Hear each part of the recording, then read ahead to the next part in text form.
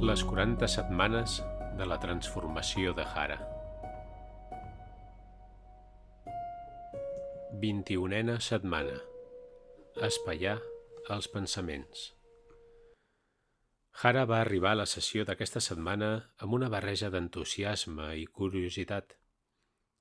Després d'haver treballat per reconèixer i etiquetar els pensaments i observar com afectaven la seva percepció de la realitat, la seva mentora, Laia, va proposar un nou objectiu: explorar els espais entre els pensaments. Aquest era un concepte que Hara trobava intrigant, però també una mica desconcertant. Què significa exactament això de notar els espais entre els pensaments?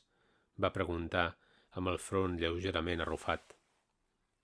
Laia la va mirar amb aquell somriure serè que sempre aconseguia dissipar les seves preocupacions. Pensa en els pensaments com els núvols que van passant pel cel de la teva ment. Els espais entre els núvols són aquests moments de silenci, de claredat, on no hi ha cap pensament concret ocupant el centre d'atenció. Si observes amb paciència, notaràs que, entre pensament i pensament, hi ha un breu moment de pausa, com un buit. Aquest enfoc era nou per a Hara, que estava acostumada a veure la seva ment com un flux constant i ininterromput d'idees, projectes i somnis.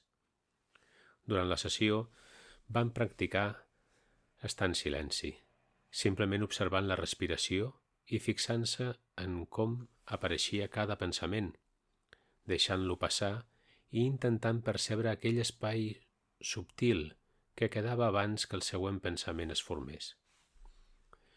Al principi, tot semblava una barreja caòtica de pensaments, com un tràfic de cotxes que mai no s'aturava. Però a mesura que la sessió avançava, Hara va començar a notar que, efectivament, entre un pensament i l'altre, hi havia petits moments de quietud.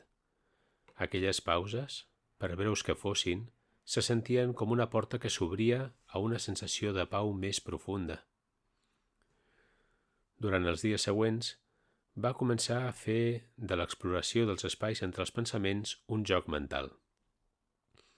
Se n'adonava de la seva presència en els moments més inusuals, mentre feia cua al forn del poble, mentre passejava per la riba del riu o fins i tot durant converses amb altres persones, quan la seva ment es preparava per respondre però encara no havia format una resposta concreta.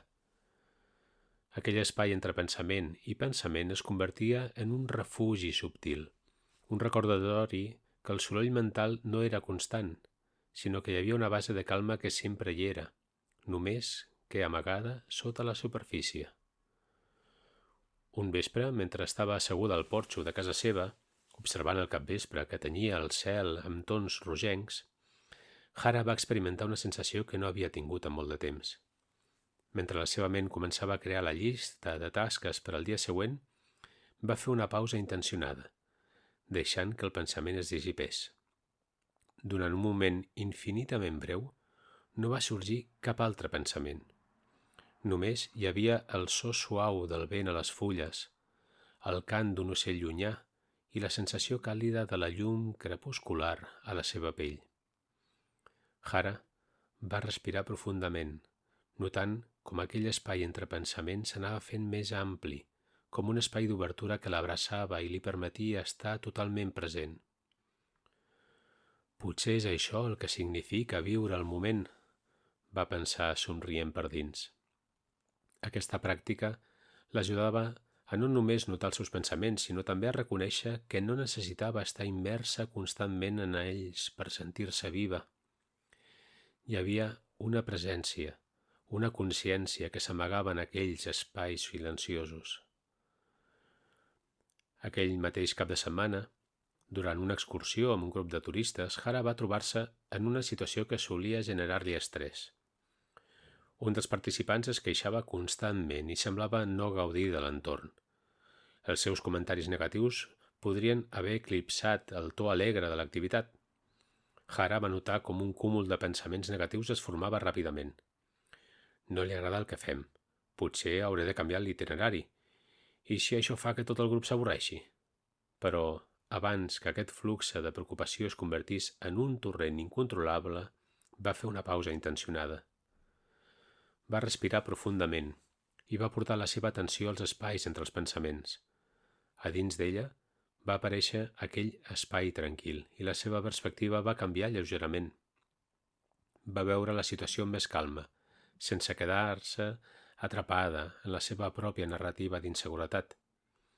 Amb una serenor que no havia sentit abans, va decidir no reaccionar a les queixes, sinó deixar que els pensaments passessin com els núvols en el cel. Mentre ho feia, va observar com els altres turistes gaudien del paisatge, parlant animadament i somrient.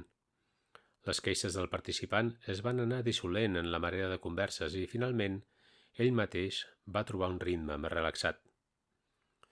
Quan va tornar a casa aquella nit, Hara es va estirar al llit amb una sensació de pau. Com més explorava els espais entre els pensaments, més s'adonava que no es tractava d'eliminar el soroll mental, sinó d'aprendre a moure's en el flux de la seva ment amb més llibertat. Els pensaments venien i marxaven, però el que quedava sempre, com una presència constant, era aquell espai ampli, tranquil i profund. A la següent sessió de mentoria, amb la Laia, va compartir la seva experiència. He descobert que aquests espais entre pensaments són com petites illes de pau a les quals puc tornar sempre que ho necessiti.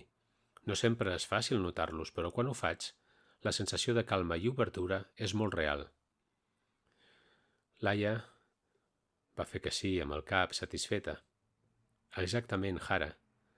Això és el que volem cultivar, la capacitat d'habitar aquests espais de consciència amb més regularitat. Així, els pensaments es converteixen en el que realment són, simples esdeveniments que apareixen i desapareixen. El que importa és la consciència que ho observa tot. Aquesta és la teva casa interior, sempre disponible, sempre aquí.